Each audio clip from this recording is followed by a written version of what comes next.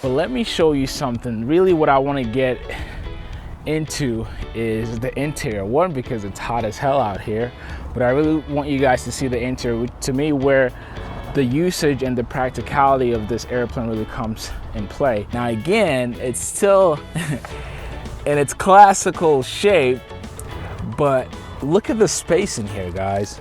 Actually, let me get in. Let me get in. Look at the space in here. Not just the sitting, but the leg room. Okay, if I'm sitting, there's a seat right here. And if I'm sitting back here, look how much leg room I have.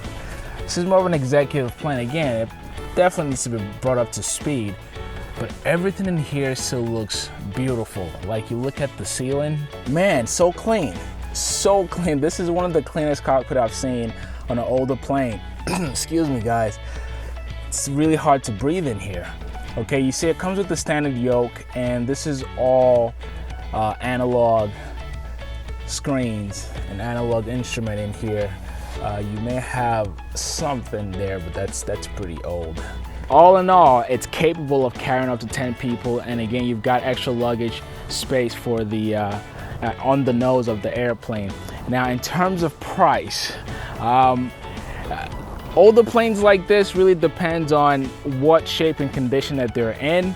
The 414, this one is a 75 model, so it's over 30 years old. So if you have the airplane in really good condition, I think this one is in great condition.